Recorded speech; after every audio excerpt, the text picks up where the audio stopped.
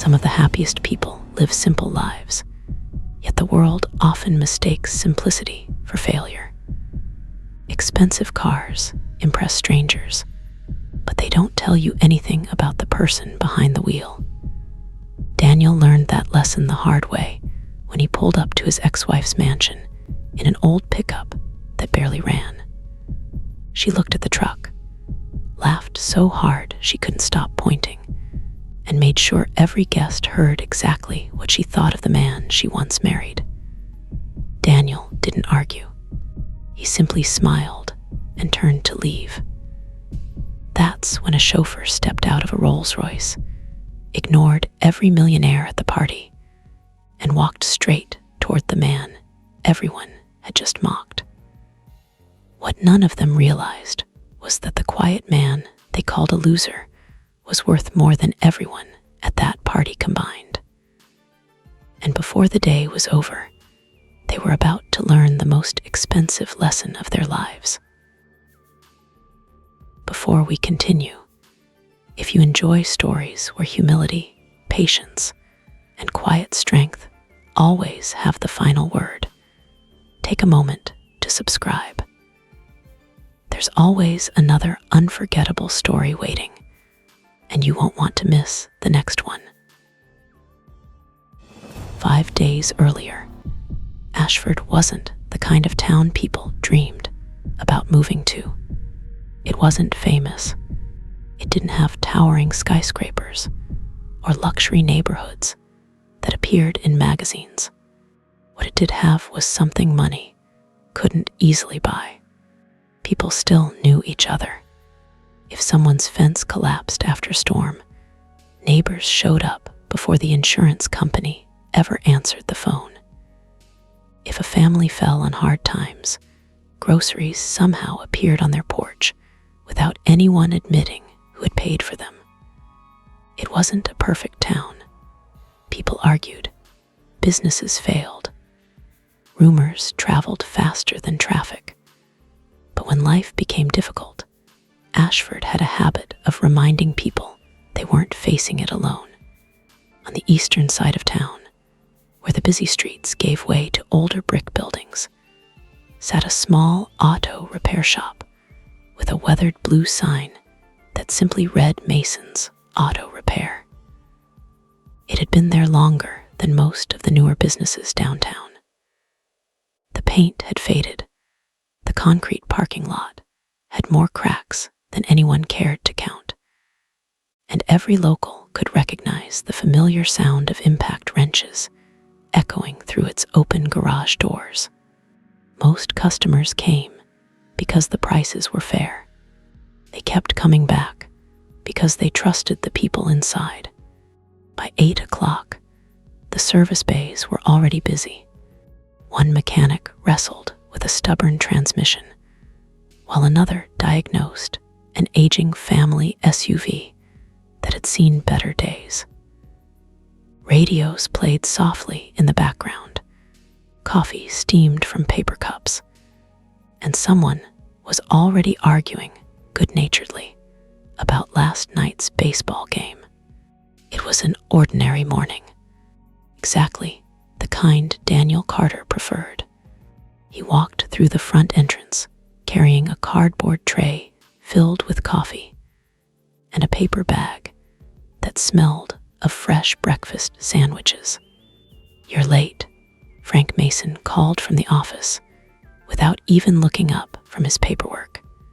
Daniel checked the clock on the wall. "I'm 3 minutes early." Frank finally looked up and grinned. "Then I started missing you 3 minutes ago." The mechanics laughed. Daniel set the breakfast on a workbench. "Eat while it's still warm." Jake, the youngest mechanic in the shop, raised an eyebrow. "You buying breakfast again?" Daniel shrugged, as though it wasn't worth mentioning. "You can't fix cars on an empty stomach." "Neither can you." I grabbed one for myself. Jake shook his head with a smile. "You know, most shop owners would have charged us for coffee by now." Daniel laughed. "Good thing I'm not most shop owners. He wasn't either. Even though Frank still owned the garage, everyone knew Daniel had become the steady heartbeat of the place. Customers asked for him by name. New mechanics learned from him. When someone stayed late to finish a repair, Daniel stayed too. When business slowed during the winter, he quietly gave up part of his own paycheck before letting anyone lose hours.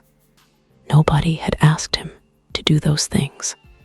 He simply believed that if people took care of each other, the work usually took care of itself. Late that morning, an old silver sedan rolled slowly into the parking lot. The engine rattled so loudly that every mechanic looked up. An elderly woman climbed out, clutching her purse with both hands. "I'm sorry to bother you," she said hesitantly. "My car started making that awful noise a few miles back."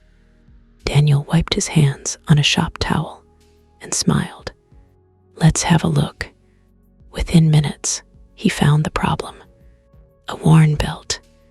Nothing more. He replaced it from a spare part the shop had been saving for scrap, started the engine, and listened as it settled into a smooth idle. The woman's face lit up. "Oh, thank goodness." She opened her purse. "How much do I owe you?" Daniel closed the hood. "Nothing today." She blinked. "No, dear, I insist." He smiled gently. "Then next time you see someone who needs a little help, help them." For a moment, she simply stared at him. Then she nodded. "I can do that." As she drove away, Jake leaned against the lift beside Daniel. "You know, she's probably going to tell everyone in town." Daniel chuckled. "I hope she tells them her car's running better." Jake smiled. "No, they'll remember the man who fixed it." Daniel didn't answer. He simply picked up another wrench and returned to work. He had no interest in becoming the most respected man in Ashford. He only wanted to be someone people never regretted trusting. By the time the afternoon sun began stretching across the garage floor, the busiest part of the day had finally passed. Repairs were nearly finished. The waiting room had emptied. For the first time since morning, the shop grew quiet. That was when Daniel's phone began to ring. He glanced at the screen. The smile on his face disappeared. Emily, his ex-wife. They hadn't spoken in almost a year. Frank noticed Daniel staring at the phone, but said nothing. Some calls have a way of reopening doors you thought life had already closed. Daniel looked at the screen for several seconds before answering. Frank didn't interrupt. After 20 years of friendship, he'd learned something most people never did. Silence often said more than questions ever could. Daniel stepped outside the garage, letting the office door close behind him. The afternoon sun hung low over Ashford, warming the rows of parked cars waiting for repairs. Across the street, a young father was teaching his daughter how to ride a bicycle. She wobbled for a few feet before falling onto the grass. Instead of crying, she laughed. Her father laughed too. Daniel couldn't help smiling. Some memories reminded you of what you'd lost. Others reminded you that life kept moving, whether you were ready or not. He finally answered the call. "Hello." There was a brief pause before Emily spoke.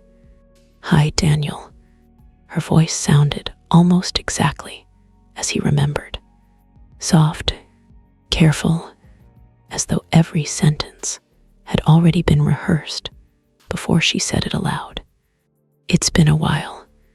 "It has." Neither of them rushed to fill the silence. They used to hate awkward silences. Now, they almost seemed comfortable inside them. I hope I'm not interrupting. Daniel glanced through the garage window. Jake had somehow convinced two mechanics to race across the shop floor using rolling creepers. Frank was pretending not to notice. You picked a busy day. I can call later. No. He leaned against the brick wall outside the garage. It's all right. Emily took a slow breath. I wasn't sure you'd answer. You called. I know. I just wasn't sure you still wanted to hear my voice. Daniel looked down at the cracked pavement beneath his boots. I don't spend my life avoiding people.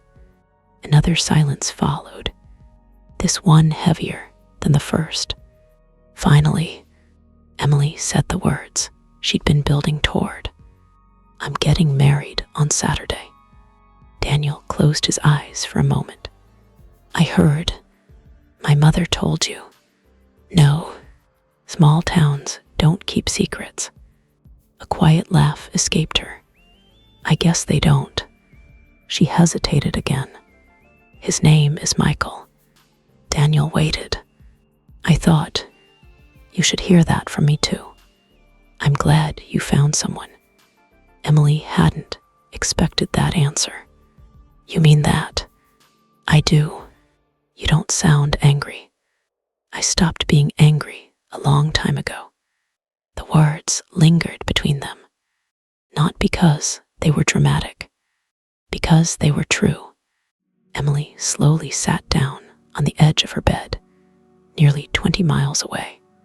The wedding invitations still covered the table beside her. Her dress hung inside an open wardrobe. Everything around her looked like the beginning of a new life. Yet somehow, talking to Daniel made her feel as though she had opened the last page of the previous one. I've been thinking about something. Daniel didn't answer. He simply listened. I know how everything ended. I know I hurt you. I know I never really apologized. Daniel stared toward the sky. Clouds drifted lazily above Ashford. He remembered another afternoon years earlier. Another conversation. Another promise. Neither memory hurt anymore. They simply existed. Daniel, I'm here. I was wondering. She stopped herself, then tried again. I'd like you to come. He almost thought he'd misheard. To the wedding. Yes. Daniel laughed quietly. Not because it was funny, because it was unexpected. I don't think your fiancé would appreciate that. He knows. Daniel frowned. He knows. I told him I wanted to invite you. And, he said, if we're really moving forward, we shouldn't be afraid of the past. Daniel considered that for a moment. It sounds like he's confident. He is. I'm happy for you. Emily smiled. You keep saying things I didn't expect. What were you expecting? I don't know. Maybe for you to tell me not to marry him. Daniel shook his head.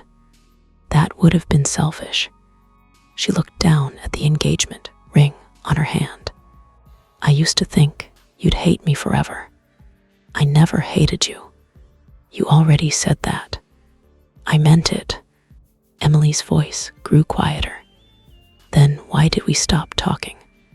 Daniel didn't answer immediately. Because the truth wasn't simple. Some marriages ended because people stopped loving each other. Theirs hadn't. That was what made it painful. You remember the last conversation we had? I do. So do I. Emily slowly closed her eyes. She remembered every word. The arguments hadn't started because of money or betrayal. or another person. They had started because two people kept waiting for the other to understand something neither of them knew how to explain. Daniel had buried himself in work after opening the garage with Frank. Emily wanted a different future. She dreamed about traveling, building a larger home, living somewhere bigger than Ashford. Daniel had always answered the same way. One day, eventually, one day became too many years. I wanted more, Emily whispered. I know. I thought you didn't. I understood. I just couldn't give it to you. She wiped away a tear before it could fall. I used to think you chose that old garage over me. Daniel smiled sadly. No, I chose the responsibility that came with it. They weren't the same thing. I couldn't see that then. I know. I don't blame you anymore. Emily looked toward the wedding dress hanging across the room. I still feel guilty. You shouldn't. I left. You chose the life you believed would make you happy. I hope it does. Those words hurt her more than any accusation could have, because she knew he wasn't pretending. He genuinely wanted her to be happy. For the first time since the divorce, she wondered if she'd ever truly understood the man she had married. Will you think about coming? Daniel looked through the garage window again. Jake had somehow spilled coffee across Frank's paperwork. Frank threw a rag at him. The entire shop burst into laughter. Life, simple, ordinary, real. I'll think about it. That's all I'm asking. Thank you. Before hanging up, Emily quietly added, Daniel, yes, I'm glad you're doing all right. He smiled. So am I. The line went silent. Daniel slipped the phone back into his pocket. He remained outside for another minute before walking into the garage. Frank didn't ask what happened. Instead, he handed Daniel a wrench. The Silverado in Bay 2 is waiting. Daniel laughed. You really know how to change the subject. Frank grinned. I figured if you wanted to talk, you would. For the next hour, neither man mentioned the phone call. They replaced brake pads, adjusted an alignment, helped a stranded family whose minivan refused to start. The work had a strange way of clearing Daniel's mind. By closing time, the conversation with Emily almost felt like something that had happened weeks earlier. Almost. As the mechanics prepared to leave, Jake grabbed his backpack. You heading straight home, Daniel? Eventually, Jake pointed toward the faded blue pickup parked outside. You ever think about replacing that thing? The other mechanics laughed. Daniel looked through the open garage door. The pickup sat exactly where he'd parked it that morning. Its faded paint reflected the evening sun. It still gets me where I need to go. Jake shrugged. So would something newer. Daniel smiled. Probably, but that truck's been with me through the best and worst years of my life. Jake looked confused. You get sentimental over vehicles. Frank answered before Daniel could. No, he gets loyal. Everyone laughed again. Daniel simply smiled. He didn't bother explaining. Some things looked worthless, only because nobody knew their story. As the garage lights shut off one by one, Frank locked the office door and walked beside Daniel toward the parking lot. So, you going? Daniel rested one hand on the pickup's worn driver's door. I still don't know. Frank looked toward the mansion district on the hill overlooking Ashford. If you do, go because you've made peace with the past, not because you're trying to prove something. Daniel nodded slowly. I know. Neither man noticed. A black luxury sedan had been parked across the street for nearly 20 minutes. Inside, a man in a tailored suit quietly watched Daniel through tinted windows. He never stepped out, never approached. When Daniel finally drove away in his battered old pickup, the luxury sedan pulled away too, keeping a careful distance. Someone had been looking for Daniel, and unlike Emily, they hadn't come to reopen the past. They had come because of who he had become. Daniel didn't make his decision that night or the next morning.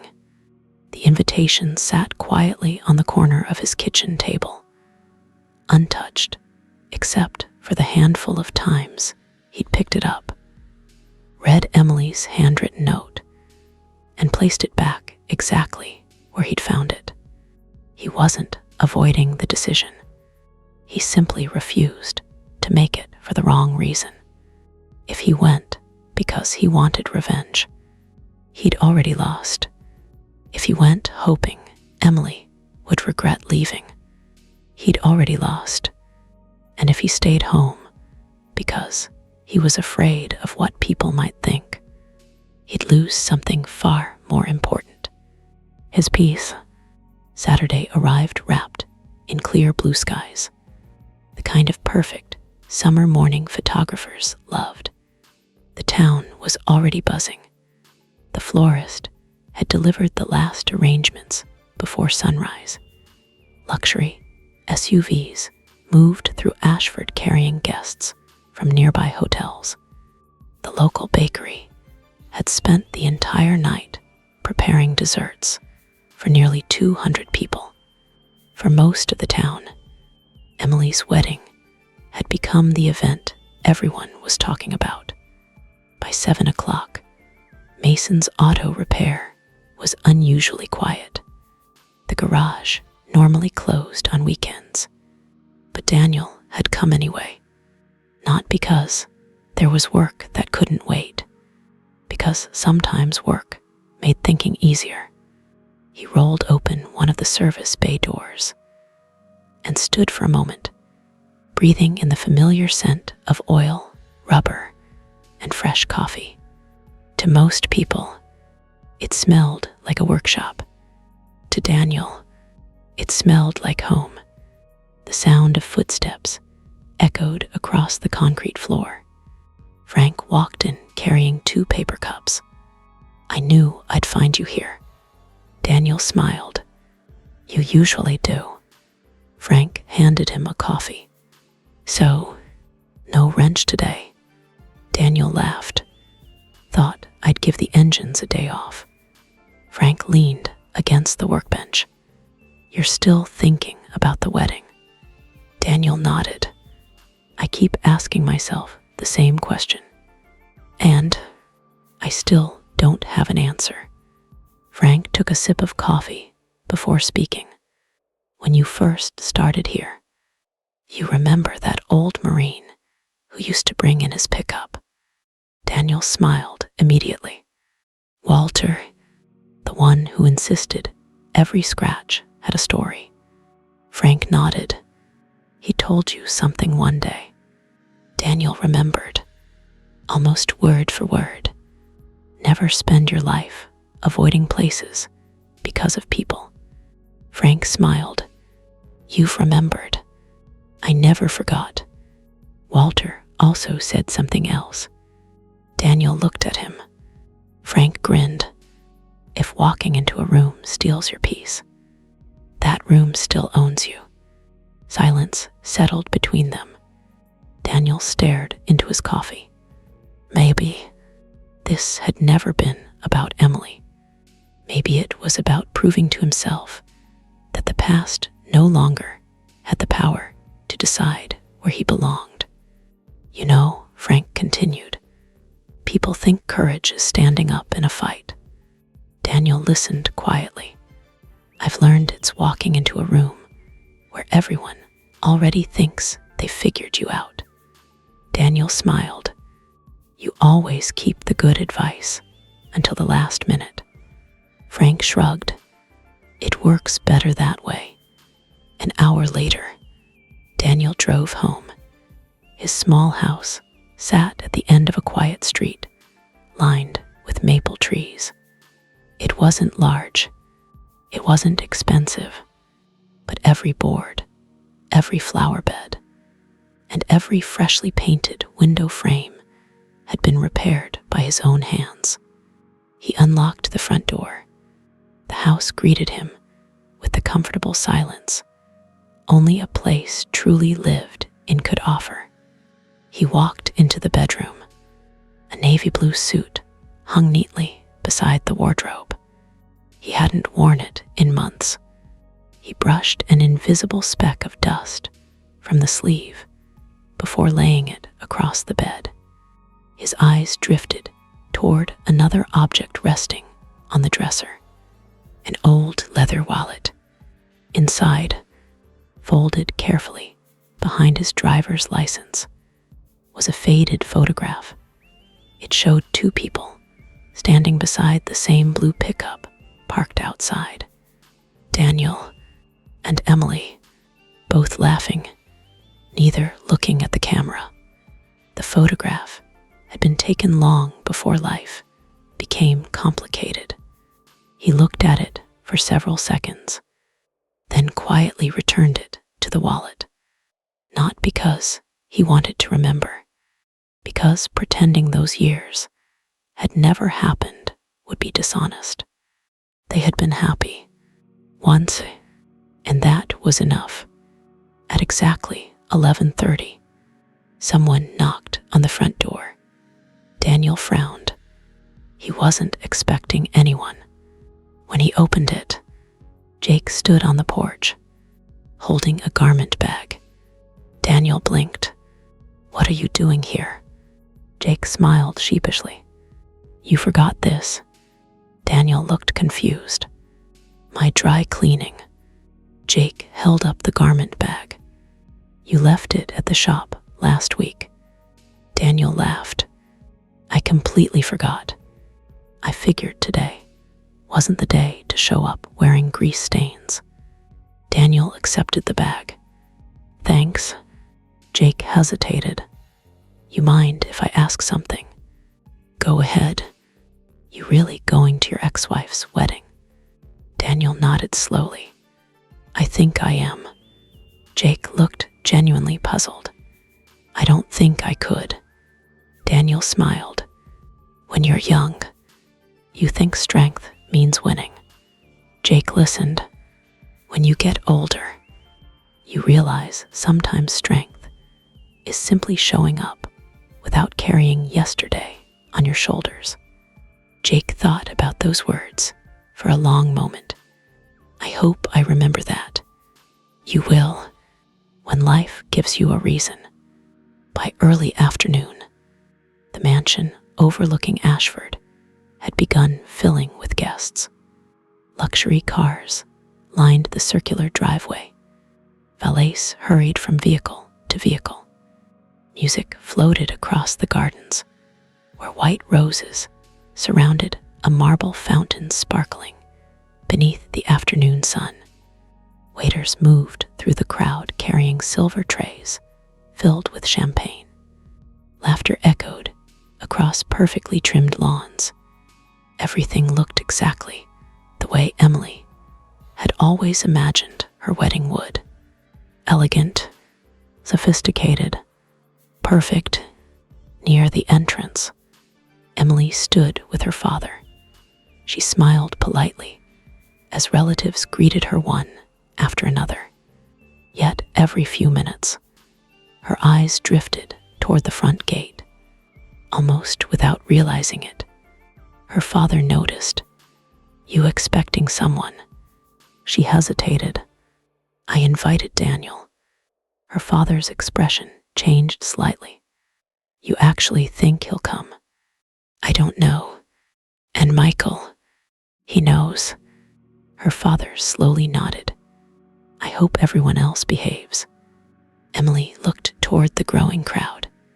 So do I. Across the lawn, a small group of guests had already started whispering. I heard her ex is coming. Seriously, that's awkward. I wouldn't have invited him. Neither would I. Rumors traveled quickly, especially where expensive suits and expensive opinions gathered together. None of them realized the man they were discussing wasn't thinking about them at all. 15 minutes later, Daniel turned onto the long private driveway leading toward the estate. The old blue pickup rumbled gently beneath him. Its engine sounded exactly as it always had. Reliable, honest, unashamed. He slowed near the entrance as two valets looked toward the approaching truck. Their smiles faded almost instantly. One exchanged a confused glance with the other. Neither expected a vehicle like that to arrive at a wedding where nearly every guest had come in a luxury car. Daniel shifted into park, turned off the engine, and rested both hands on the steering wheel. For just a moment, he looked at the mansion, then quietly smiled, not because he was nervous, because he realized something. For the first time in years, walking toward his past no longer felt like walking into a battle. It felt like closing a chapter. He opened the truck door, stepped onto the gravel driveway, and immediately became the most talked about man at the wedding. The moment Daniel closed the driver's door, the conversations closest to the entrance began to fade. Not all at once. One voice here, another there, until the only sound left was the soft ticking of his pickup's cooling engine. Two valets stood frozen beside the circular driveway. One held a set of keys from a brand new Mercedes. The other had been reaching for the handle of a Bentley before noticing the faded blue truck parked where vehicles worth 6 figures had been arriving all afternoon. For a second, neither of them knew what to do. Daniel solved the problem for them. He reached into his pocket, removed the keys, and smiled. I'll park it myself, if that's easier. The older valet recovered first. No, sir. He quickly walked over. We'll take care of it. Daniel handed him the keys. Thank you. The young valet glanced toward the truck. You still drive this every day. Daniel looked back at it. Every chance I get. It's... The young man searched for a polite word. Classic. Daniel laughed. I think that's the nicest way anyone's ever called it old. The young valet laughed too. The tension disappeared. You have a good afternoon, sir. You too. Daniel adjusted the sleeves of his navy suit before walking toward the entrance. It wasn't a designer suit. The fabric wasn't covered in famous labels, but it fit perfectly. His shoes were polished, his beard neatly trimmed, his posture relaxed. Nothing about him demanded attention. Yet somehow, people kept looking. Near the fountain, 3 women paused in the middle of their conversation. Is that him? The ex-husband? I thought she'd been exaggerating. So did I. One of them quietly looked toward the pickup. I can't believe he actually came in that. Another shook her head. If I were attending my ex-wife's wedding, I'd rent something. The third woman smiled knowingly. Maybe that's all he has. None of them noticed an older couple standing nearby. The elderly gentleman watched Daniel for several moments before speaking softly to his wife. "You know what I see." She looked at him, a man who's comfortable in his own skin. She smiled. "So do I." Inside the garden, Michael greeted another group of business associates. Tall, confident, impeccably dressed, he carried himself like someone accustomed to being admired. He had built a successful investment company before turning 40. Magazine interviews, industry awards, luxury homes. People naturally assumed he had everything. One of his partners leaned closer. "I think your guest just arrived." Michael turned toward the entrance. He immediately spotted Daniel walking through the gardens. For several seconds, he simply watched. Then he smiled. "So that's Daniel. You've met him?" "No, you don't seem bothered." Michael shook his head. "Why would I be? It's your wife's ex-husband." Michael looked at his business partner. "Emily had a life before she met me. I'm not competing with memories." The partner nodded. "Fair enough." Michael meant every word. What he didn't know was that not everyone attending his wedding shared his maturity. Daniel had barely crossed half the lawn before someone called his name. "Daniel." He turned. Mrs. Evelyn Brooks hurried toward him with surprising speed for a woman in her 70s. She wrapped him in a warm embrace before he could say a word. "I knew you'd come." Daniel smiled. "It's good to see you." She stepped back. "You still fixing half the town's cars?" "Trying." She laughed. "You fixed Harold's truck last month. He still talks about it." Daniel grinned. "He's still trying to pay me. He keeps leaving vegetables on our porch." Daniel laughed. "I was wondering where those tomatoes came from." Several nearby guests watched the exchange with growing confusion. One whispered, "Who is she?"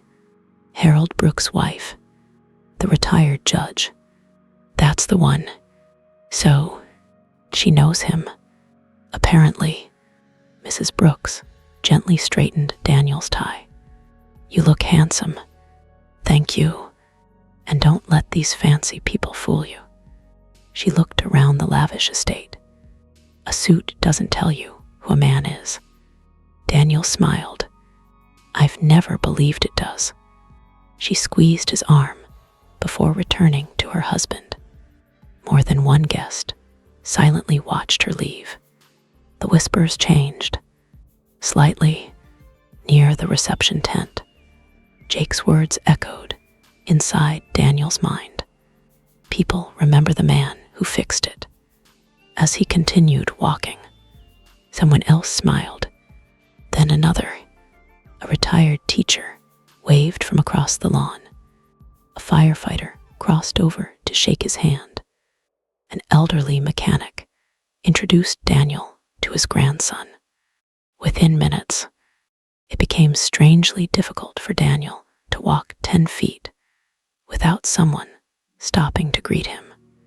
Not because he was wealthy, not because he was famous, because he'd spent years quietly helping people who expected nothing in return.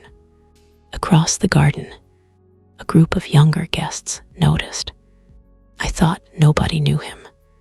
"So did I." "Then why does everyone keep walking over?" "I don't know." The answers they had invented on the drive to the wedding were beginning to disappear. Emily stood near the entrance of the ceremony pavilion, greeting another group of relatives. Then she saw him. For just a moment, everything else disappeared. The music, the conversations, even the photographer giving instructions nearby. Daniel looked almost exactly the same. A little older, a little more gray around the temples, but the same calm expression, the same quiet smile, the same man she'd once believed she understood.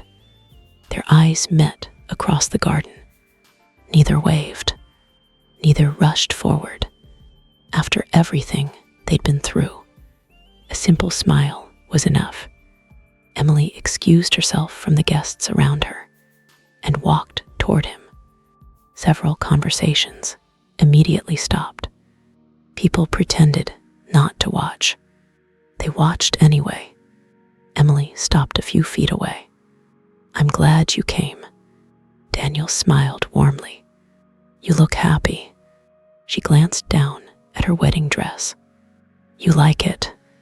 It suits you." She laughed softly. "You always did answer differently than everyone else. I figured you'd already heard how beautiful you look." "I have, about 40 times." They both laughed. The awkwardness people expected never arrived.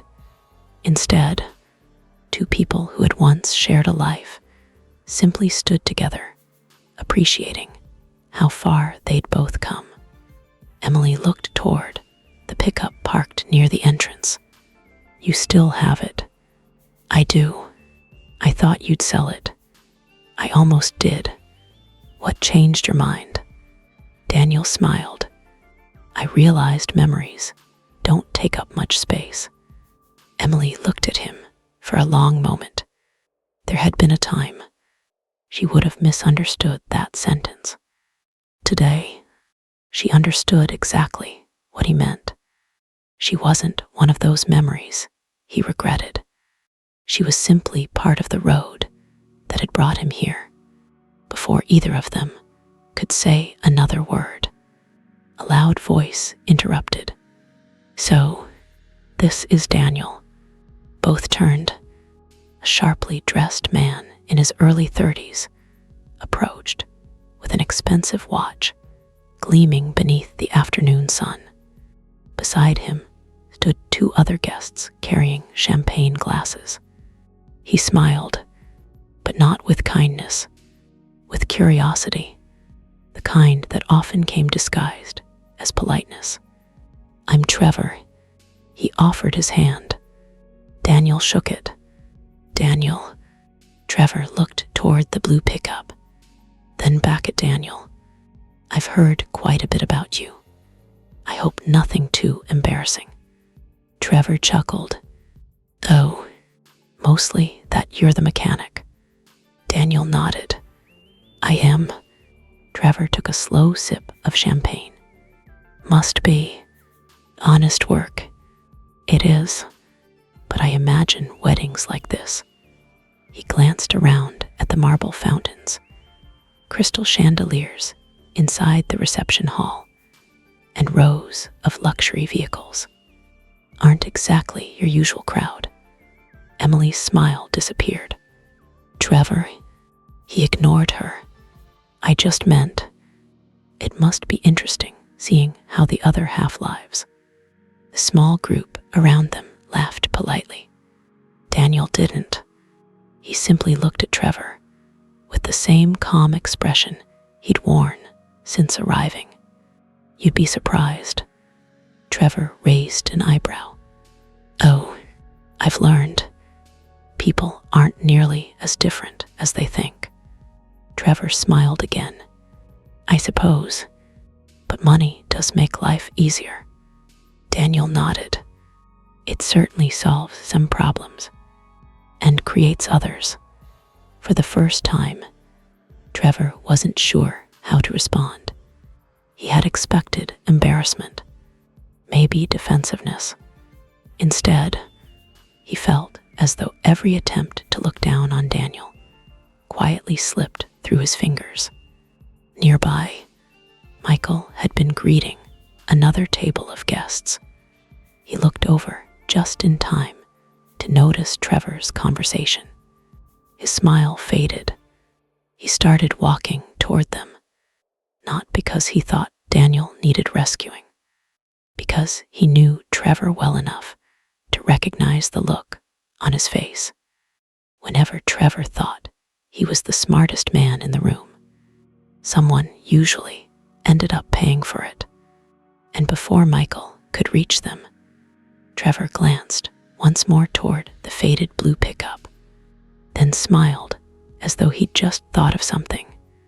"Daniel, I've got to ask, why would anyone drive a truck like that to a wedding full of Rolls-Royces?" The people standing nearby fell silent. Even those pretending not to listen stopped pretending. Everyone waited to hear what the mechanic would say. For a few seconds, nobody said a word. The music from the string quartet continued drifting across the gardens. But around Daniel and Trevor, the conversations seemed to disappear. Emily looked at Trevor. "That's enough." Trevor raised both hands. "I'm just making conversation." "It doesn't sound like it." Michael was only a few steps away now. He had seen enough business dinners to recognize when someone was trying to turn a harmless question into a public performance. Daniel, however, didn't seem bothered. He looked toward the old blue pickup sitting beside rows of luxury cars. Then he smiled. "I drove it because it's mine." A few people exchanged puzzled looks. Trevor chuckled. "Sure, but you could have rented something." Daniel looked back at him. "I could have. So why didn't you?" "Because I wasn't coming to impress anyone." Trevor's smile tightened. "Most people would." Daniel nodded. "I know, and that's exactly why I didn't." The answer landed harder than anyone expected. Not because it was clever, because there wasn't a trace of defensiveness behind it. Daniel wasn't trying to win. He was simply telling the truth. Michael finally reached the group. "Trevor," his voice remained calm. "The ceremony starts in 20 minutes. Trevor smiled. "We're just talking." Michael looked at Daniel. "I hope he's behaving himself." Daniel chuckled. "I've handled tougher customers." Even Michael laughed. Trevor forced a smile, excused himself, and disappeared toward the bar with his friends. Emily let out a quiet breath. "I'm sorry." Daniel shook his head. "You don't have to apologize for other people. I still don't like it." "I know." She looked at him for a moment before quietly saying, "Thank you for making this easier than I thought it would be." Daniel smiled. "I promised I'd think about coming." "You did. And once I decided, I wasn't going to spend the day arguing." Emily nodded. She had expected awkwardness, maybe resentment. Instead, Daniel had somehow made her wedding feel less stressful. That realization left her strangely emotional. As Emily returned to the bridal suite, Michael stayed behind. He looked at Daniel. "I've wanted to meet you." Daniel offered his hand. "It's nice to finally put a face to the name." Michael shook it firmly. The feelings mutual. Neither man rushed to fill the silence. It wasn't uncomfortable. It was simply two people trying to understand each other without the assumptions everyone else had already made. Michael finally smiled. "I appreciate you coming." Daniel shrugged. Emily asked, "I wasn't sure you would." "I wasn't either." Michael laughed. "Fair enough." For a moment, neither man looked like rivals. They looked like two adults who respected the same person. Michael glanced toward the old pickup. "You've kept that truck in remarkable condition." Daniel smiled. It takes care of me, so you take care of it. Exactly. Michael nodded. My father used to say the same thing about his tools. He was right. Before walking away, Michael paused. I know today probably isn't easy. Daniel looked across the gardens, where guests continued laughing beneath white tents. It would have been harder if I hadn't accepted a long time ago that some chapters are supposed to end. Michael studied him for another second, then quietly said, I understand now why Emily always spoke highly of you. Daniel looked surprised. She did, more than she realizes. Michael walked away before Daniel could answer. Across the lawn, Trevor watched the conversation unfold. His expression hardened.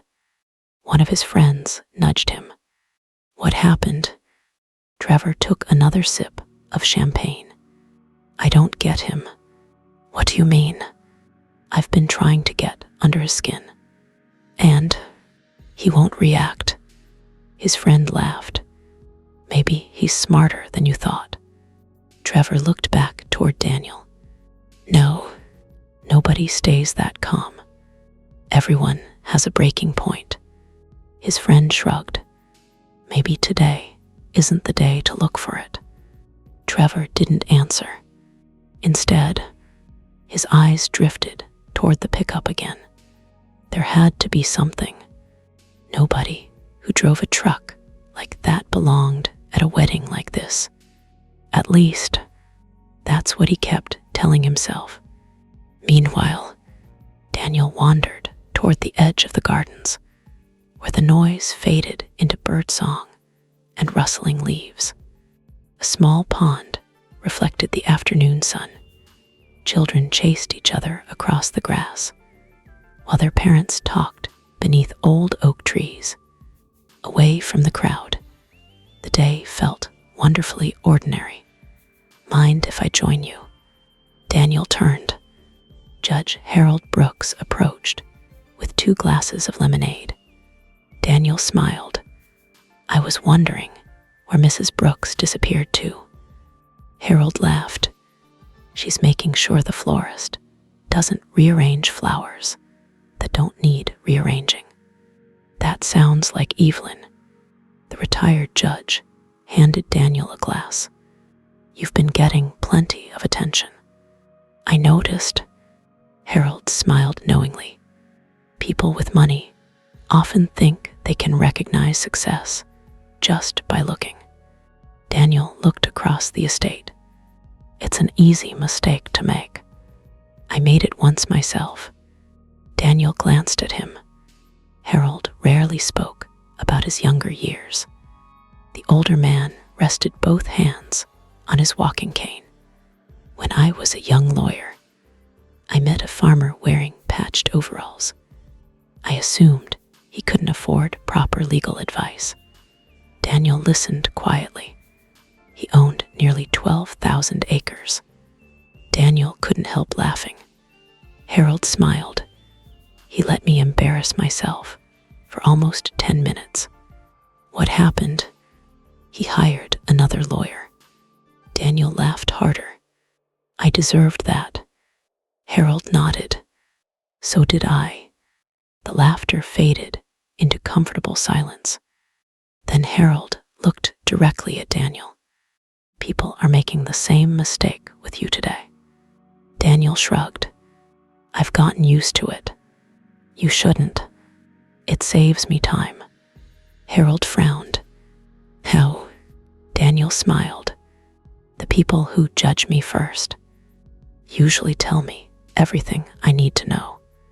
The retired judge stared at him for several seconds before quietly shaking his head. I've spent 40 years on the bench. I've met senators, billionaires, movie stars, and men who owned half this county. He smiled warmly. Character still walks into a room long before money does. Daniel lowered his eyes. Thank you. I wasn't complimenting you. Daniel looked up. Harold grinned. I was stating evidence. A black SUV rolled through the front gates. Then another. Then a third. Most guests barely noticed. Large weddings often had vendors arriving throughout the afternoon. The vehicles didn't stop near the ceremony. Instead, they continued toward the far end of the estate, where the staff entrance overlooked the service road. A man wearing a dark suit stepped out of the lead SUV. He checked his watch, looked toward the gardens, then quietly spoke into an earpiece. "He's here." No one nearby paid him any attention. Back near the reception tent, the officiant announced that guests should begin taking their seats. Rows of white chairs slowly filled. Conversations softened. The ceremony was about to begin. Daniel found a seat near the back, exactly where he'd intended. Not hidden, not in the front, just somewhere he could quietly celebrate Emily's new beginning without becoming part of it. As people settled around him, an elderly woman tapped him gently on the shoulder. He turned. Mrs. Ramirez, a retired schoolteacher. She smiled brightly. "I knew you'd come." So did Mrs. Brooks. Daniel laughed. "You too have a betting pool." She leaned closer. $5. Daniel burst into laughter. "I hope you won." "Oh, I did." She lowered her voice. "You always finish what you start." Daniel shook his head. "I came because Emily deserved a peaceful wedding."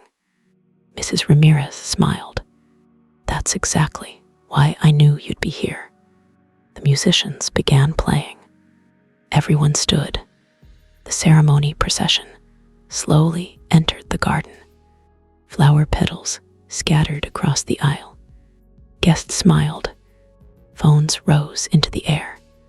Daniel watched quietly. There wasn't jealousy in his eyes, only gratitude. He had once imagined spending the rest of his life beside Emily.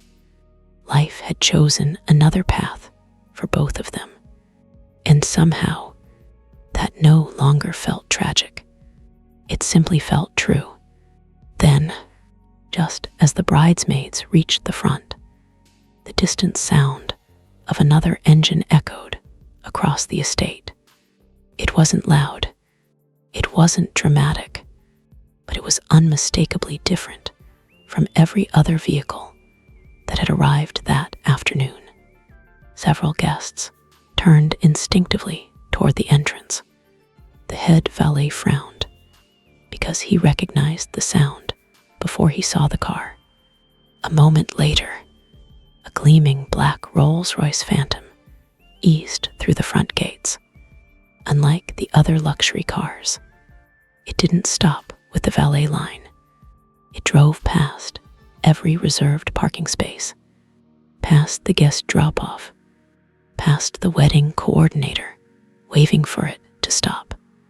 It continued moving with quiet purpose, straight toward the ceremony lawn. The murmurs began immediately. Who's that? Was someone else invited? Is that another guest? The Rolls-Royce came to a smooth stop, not beside the bride, not beside Michael, not near the front row. It stopped directly beside Daniel. The chauffeur stepped out first. Immaculate black suit, white gloves, professional posture. He looked toward the seated guests. Then his eyes found Daniel. Without a single glance at anyone else, he walked calmly toward him and respectfully lowered his head. "Mr. Carter, we've been trying to reach you." The entire ceremony fell silent. The silence was immediate. 1 second earlier, the musicians had been playing. Children had been whispering. Guests had been adjusting their phones to capture Emily's walk down the aisle. Now, every eye was fixed on the chauffeur standing beside Daniel. He wasn't rushing. He wasn't flustered.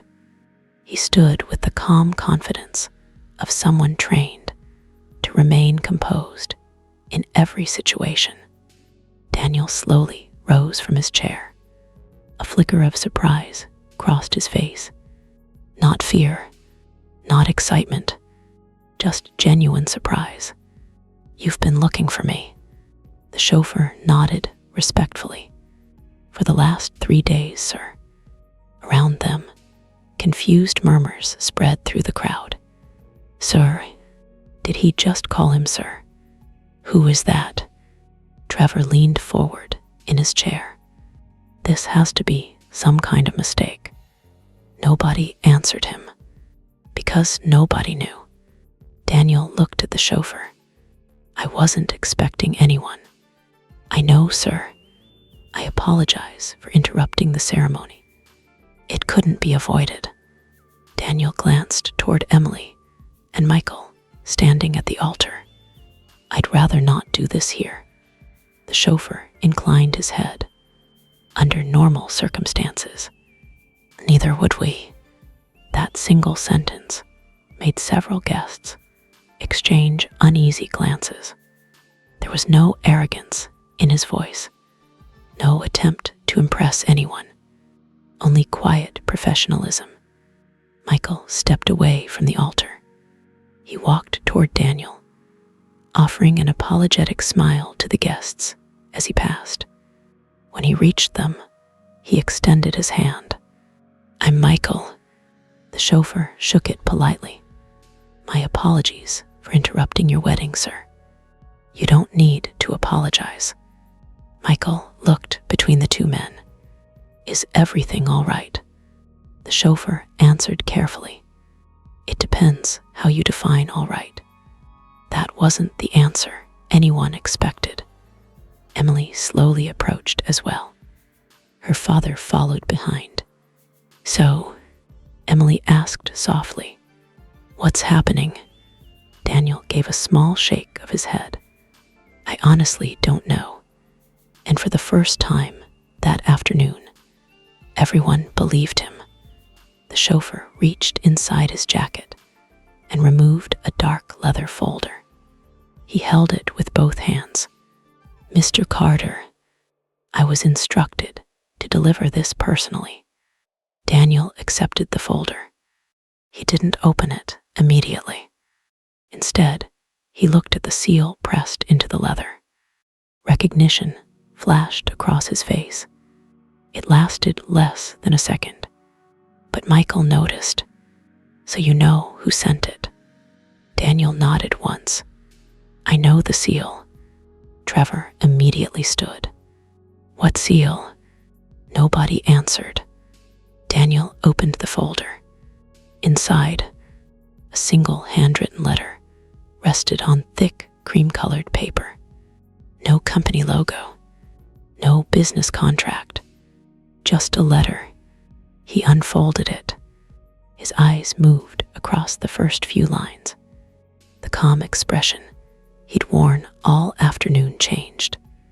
Not dramatically, but enough for Frank, who had quietly slipped into the last row of seats after closing the garage to notice. Frank had known Daniel for 20 years. He'd seen him remain calm after losing contracts, after storms destroyed half the shop roof, after the divorce. This expression was different.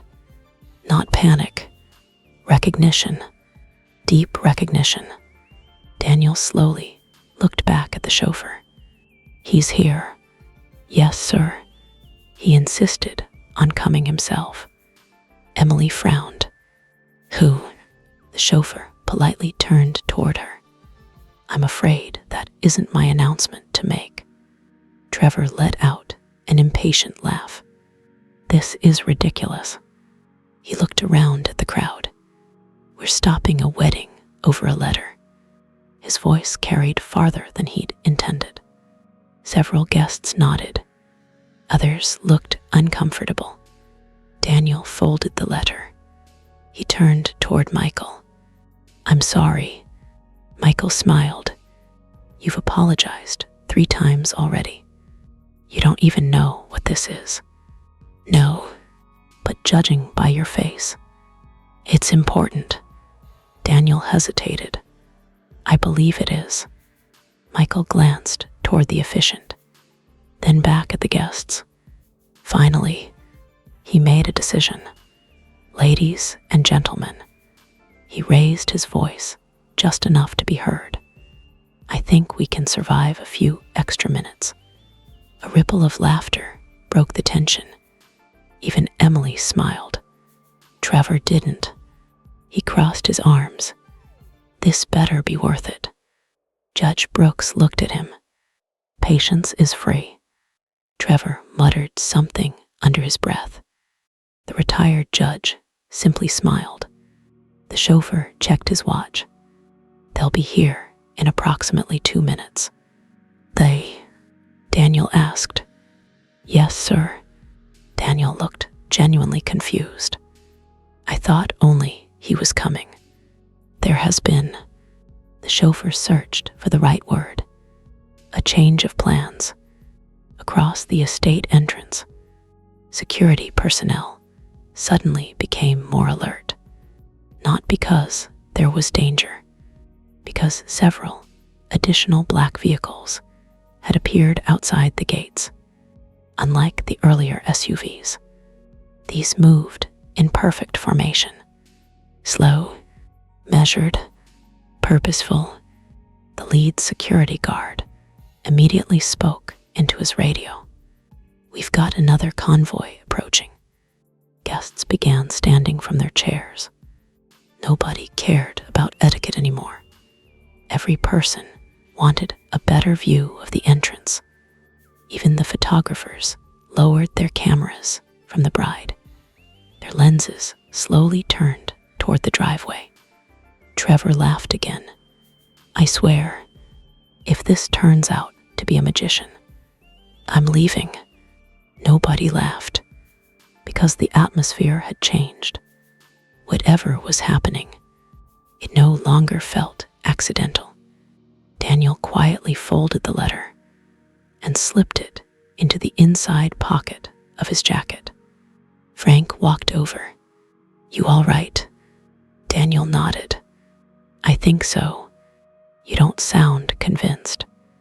"I'm trying to understand why now." Frank lowered his voice. "You've been expecting this." Daniel looked toward the gates.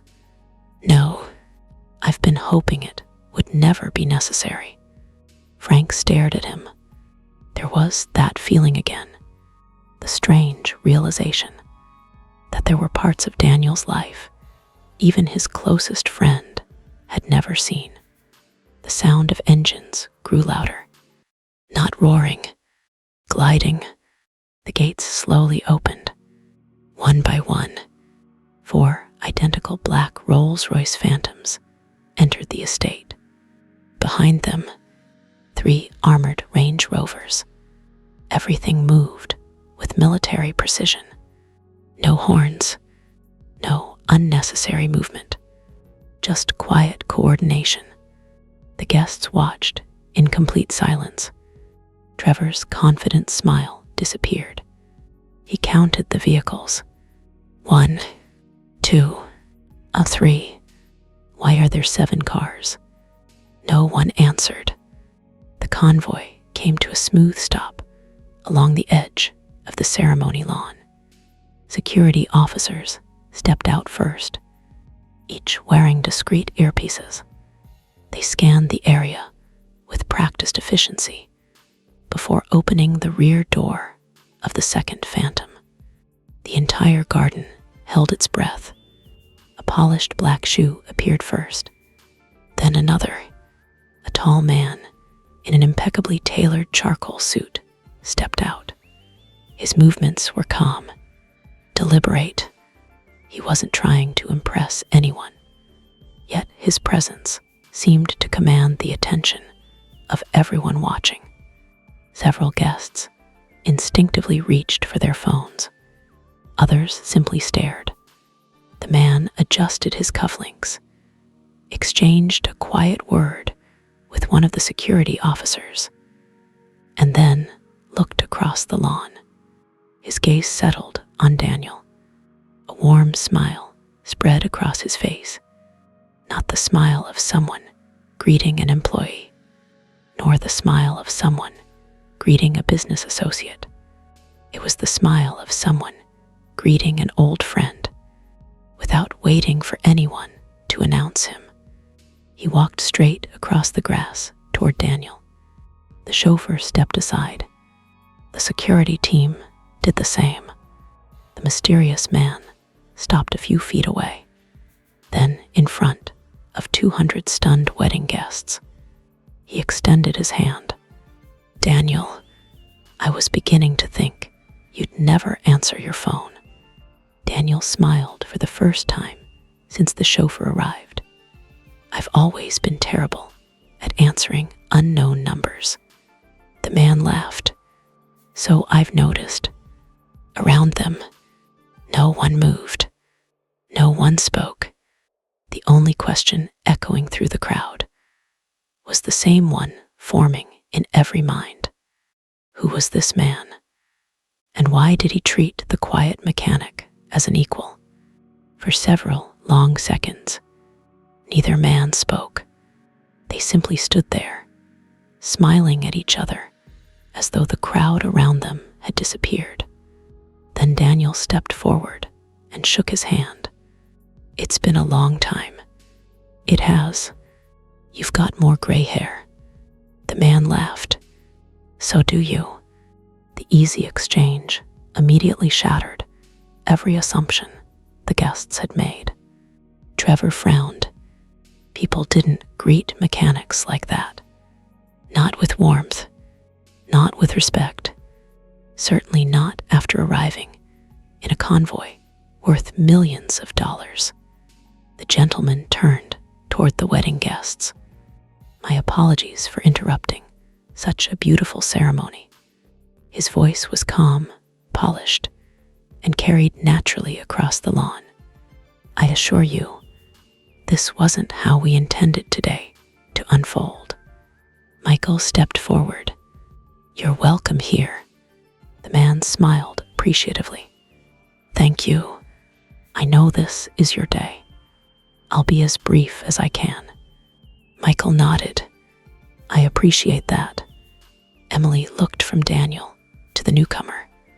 There was no confusion on Daniel's face anymore, only familiarity. Whatever connected these two, it clearly stretched back years. The gentleman looked back at Daniel. "I've called 12 times. Daniel smiled apologetically. "My phone spends most of its life on silent." "So your garage manager told us." Frank blinked. "You talked to me." The man turned toward him. "You must be Frank." Frank nodded cautiously. "I am. Daniel has spoken about you many times." Frank looked at Daniel. "You never mentioned him." Daniel smiled. "I wasn't sure it would ever matter." Frank folded his arms. "I'm beginning to think you've left out a lot." Daniel laughed quietly. "Probably." The gentleman reached into his jacket and removed a small velvet box. Not a jewelry box, a presentation case. He held it carefully before offering it to Daniel. "I believe this belongs to you." Daniel looked at the case, but didn't take it immediately. "I told him to keep it." He tried. The gentleman smiled. "He said it was never his to keep." Daniel finally accepted the box.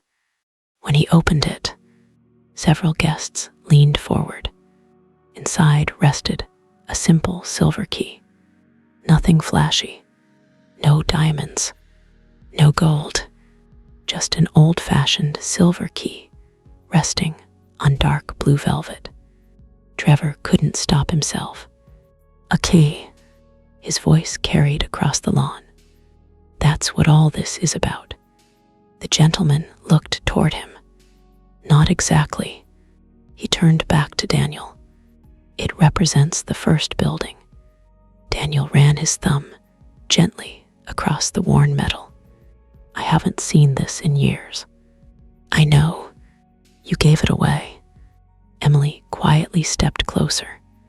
The first building. The gentleman smiled politely.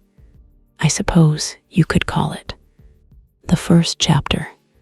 She looked at Daniel. You've never mentioned any building. Daniel looked down at the key. There wasn't much reason to. The gentleman turned toward the guests. About 22 years ago, I met a young mechanic. He worked 18-hour days. He repaired cars during the day and spent most evenings helping anyone who couldn't afford repairs. Several people glanced toward Daniel. Mrs. Brooks smiled knowingly. That sounded exactly like him. I owned a manufacturing company at the time. My car broke down outside Ashford. I expected someone to tow it. Instead, I found Daniel lying under the engine before I'd even finished making the phone call. A few guests chuckled. The gentleman continued. I asked what I owed him. He refused to charge me. Daniel shrugged. It wasn't a difficult repair. The gentleman laughed. That wasn't the point. I wasn't used to hearing the word no. Trevor shifted uncomfortably. The gentleman continued. So I asked him a question. I said, if money isn't what motivates you, what does? He looked directly at Daniel. You remember your answer. Daniel smiled. Almost. I said, if I help enough people, I'll never have to worry about whether life was worthwhile. Silence settled over the ceremony, not because the sentence sounded impressive, because everyone believed he'd meant it. The gentleman nodded slowly. That answer stayed with me. So I came back, and then again, and again. Eventually, we became friends. Emily's eyes widened slightly. Friends? Daniel had never mentioned any of this. Not once. Trevor folded his arms. So, you're old friends. The gentleman smiled. Yes, but that's not why I'm here. He turned back toward Daniel. 3 years after we met, I offered Daniel something. Daniel laughed softly. You offered me far more than that. I offered you a partnership. Several guests looked at each other. Partnership. A small manufacturing facility had failed. I wanted someone trustworthy to rebuild it. I asked Daniel to help me. Emily frowned. You worked together. Daniel nodded. For a while, the gentleman corrected him. For 12 years, a ripple of surprise moved through the crowd. Even Frank stared. 12 years. Daniel looked almost embarrassed. I worked weekends. Frank blinked. Weekends? The fishing trips. Daniel smiled sheepishly. Weren't always fishing trips. Frank burst into laughter. You liar. I wasn't lying. You absolutely were. I did fish. Everyone laughed. Even Emily. The laughter faded as the gentleman continued. Most people assume wealth is created by brilliant ideas. He shook his head. In my experience, it's protected by trustworthy people. He looked at Daniel. I trusted him with decisions worth millions, and not once did he give me a reason to regret it. Trevor's champagne glass slowly lowered. Judge Brooks smiled to himself. Mrs. Brooks whispered, "I told you." Emily looked at Daniel. "Why didn't you tell anyone?" Daniel shrugged. "Because it wasn't anyone else's business." "But you could have." "I could have. You would have been respected." Daniel smiled gently. "The people worth keeping around already respected me." Emily looked away. That sentence hurt, not because it was aimed at her, because she suddenly realized how often she'd worried about appearances, while Daniel had quietly built a life around principles. The gentleman nodded toward the Silver Key. That facility grew into 7. We expanded across 3 states. We employed thousands. And when I retired, I tried to hand everything to Daniel. Trevor's eyes widened. "What?" Daniel sighed. "We've already had this argument." The gentleman laughed. "Many times. You turned me down." "I did." "You turned down the entire company." "I did." The guests stared in disbelief. "Who turns down an entire company?" Michael spoke for the first time in several minutes. "I'm sorry." "Did you just say he refused ownership?" "I did." "Why?" Everyone looked at Daniel. He closed the velvet box before answering. "Because by then, I already had everything I'd spent my life trying to build." Michael looked around. "The garage." Daniel nodded. "My friends, my home, my peace." The gentleman smiled proudly. "I've spent 50 years meeting successful people." He looked across the wedding guests. "I've met very few wealthy ones." No one interrupted. "You can measure success with numbers." He placed a hand on Daniel's shoulder. "But wealth is measured by what you would refuse to trade." The words hung over the garden. No one laughed. No one whispered. Not even Trevor. Because for the first time all afternoon, everyone understood that the old blue pickup had never been a symbol of failure. It had been a choice, a deliberate one. And yet, the gentleman wasn't finished. He looked at Daniel with a smile that carried the weight of unfinished business. "I told you I'd respect your decision. I have. But today, I'm not here about the company." Daniel frowned slightly. "No." The gentleman slowly reached inside his jacket one last time. This time, he removed a sealed envelope. Unlike the first letter, this one bore the signature of a law firm. "I made you a promise 15 years ago." He held the envelope out. "And today, I'm finally here to keep it." Daniel's expression changed. For the first time that day, the calm mechanic looked genuinely caught off guard. "What did you do?" The gentleman smiled. "I didn't do it." "You did. You just don't know it yet." The entire wedding fell silent once again as Daniel slowly reached for the envelope. For several seconds, Daniel didn't move. The envelope remained suspended between them. The crowd watched in complete silence.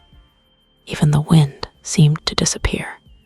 Finally, Daniel accepted it. He studied the name of the law firm printed across the front. He recognized it immediately. "So," Daniel said quietly, "you actually did it." The gentleman smiled. "I told you I would. You also told me you'd wait until I was ready." "I did, and I think you finally are." Daniel carefully opened the envelope. Inside was a single document. No thick stack of contracts. No pages filled with legal jargon. Just one letter. He read the first paragraph, then the second. Halfway through, he stopped. He looked up at the gentleman. "You donated it." The gentleman nodded. "Every share." The guests looked at one another. Trevor frowned. "Donated what?" The gentleman finally turned toward the crowd. "About 15 years ago, Daniel and I made a promise. We agreed that if our company ever became more successful than we imagined, a significant part of it would eventually belong to the people who needed opportunities the most." Emily looked at Daniel. "You planned that?" Daniel smiled faintly. "We talked about it. I never thought he'd actually go through with it." The gentleman laughed. "I couldn't exactly break a promise to the man who taught me to keep mine." He addressed the guests. 3 months ago, I transferred a substantial portion of my ownership into a charitable foundation. The foundation will build technical schools, fund scholarships, provide apprenticeships, and restore vocational workshops in communities that have lost them.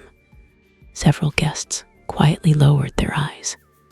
The room, once full of whispers about Daniel's truck, had become completely still. The gentleman continued, "And as of this morning, that foundation officially bears one name." He looked at Daniel. "The Daniel Carter Foundation." A quiet gasp spread through the audience. Emily covered her mouth. Frank stared at Daniel. "You named it after him." The gentleman smiled. "I tried to name it after myself." Daniel interrupted. "I told him no." Laughter rippled through the guests. The gentleman shrugged. He usually wins those arguments. Trevor finally found his voice. "So, how much are we talking about?" Several guests looked at him. He immediately realized how small the question sounded. The gentleman answered anyway, enough that generations of young mechanics, engineers, and tradesmen will receive opportunities they otherwise never would have had. He paused. "The exact number isn't important. What matters is why it exists." The retired Judge Brooks slowly began clapping. One pair of hands. Nothing more. Then Mrs. Brooks joined him. Then Harold Ramirez. Then the retired firefighter. Then another guest. And another. Within seconds, the entire wedding erupted into applause. Not the polite applause reserved for speeches. The kind people gave when they had just witnessed something that genuinely changed the way they saw another human being. Daniel looked almost uncomfortable. He quietly rubbed the back of his neck. "I wish people wouldn't clap." The gentleman laughed. "I know. You've always hated attention." Michael stepped forward. He looked directly at Daniel. "I owe you an apology." Daniel frowned. "For what?" "I judged you." "You didn't." "I did. I assumed I understood the kind of man Emily used to love." He shook his head. "I was wrong."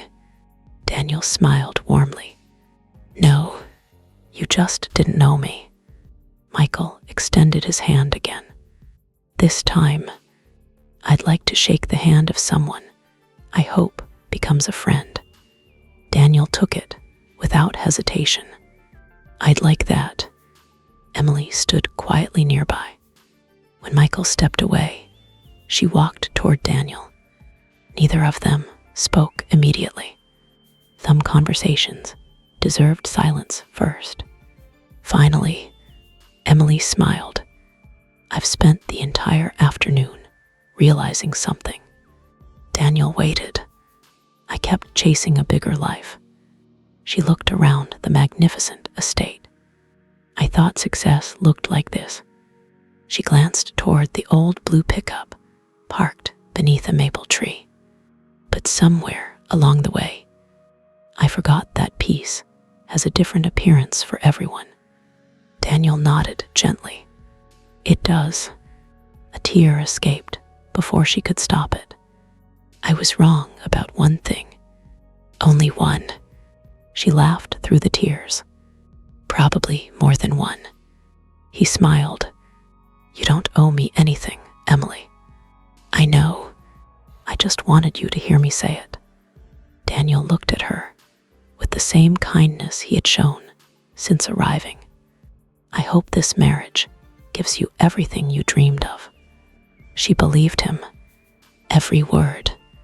For the first time, she understood that forgiveness wasn't something Daniel had found recently. He'd been carrying it for years. The officiant quietly cleared his throat. I believe we have a wedding to finish. Laughter rolled across the garden. The tension that had gripped the afternoon finally disappeared. Guests returned to their seats. The musicians picked up exactly where they had left off. Daniel quietly moved toward the last row again, exactly where he'd been sitting before everything changed. The gentleman leaned toward him. You sure you don't want to sit closer?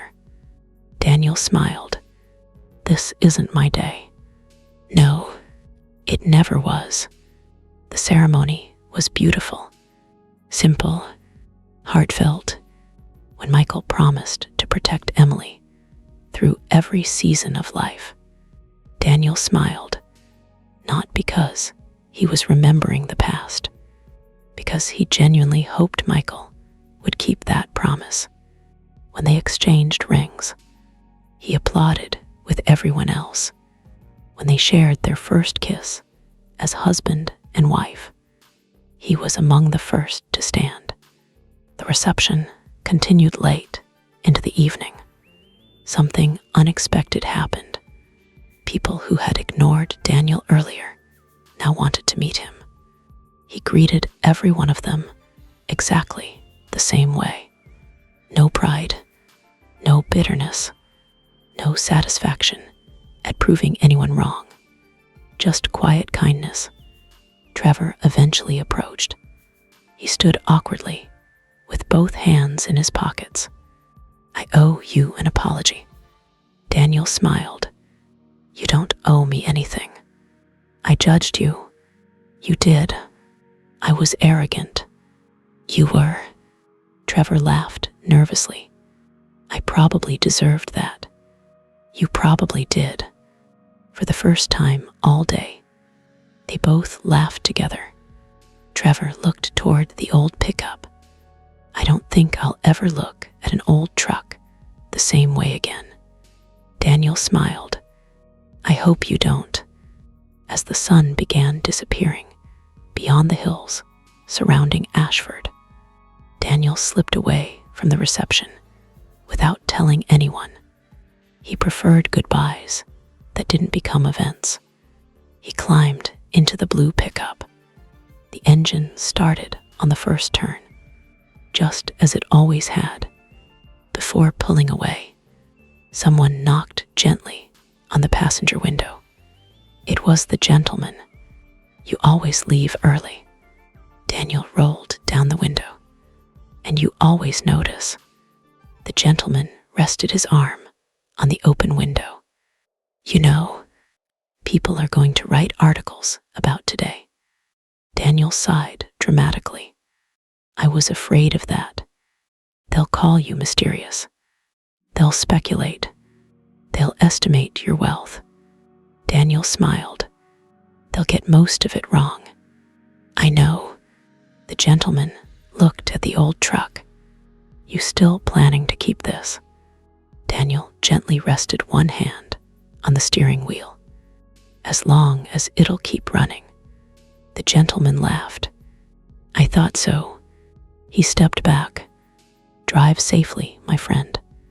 "You too." The pickup rolled slowly down the long driveway. Guests watched it disappear beyond the estate gates. Nobody laughed this time. Nobody whispered. Nobody pitied the man driving it. Because the truck no longer looked old. It looked earned. Years later, people in Ashford would still talk about Emily's wedding. Some remembered the flowers. Others remembered the mansion. Most remembered the mysterious convoy of Rolls-Royces. But the story that survived, the one parents repeated to their children and mechanics repeated to their apprentices, was never about wealth. It was about the quiet man who arrived in the oldest vehicle at the wedding and left with the respect of every person who had once mistaken simplicity for failure.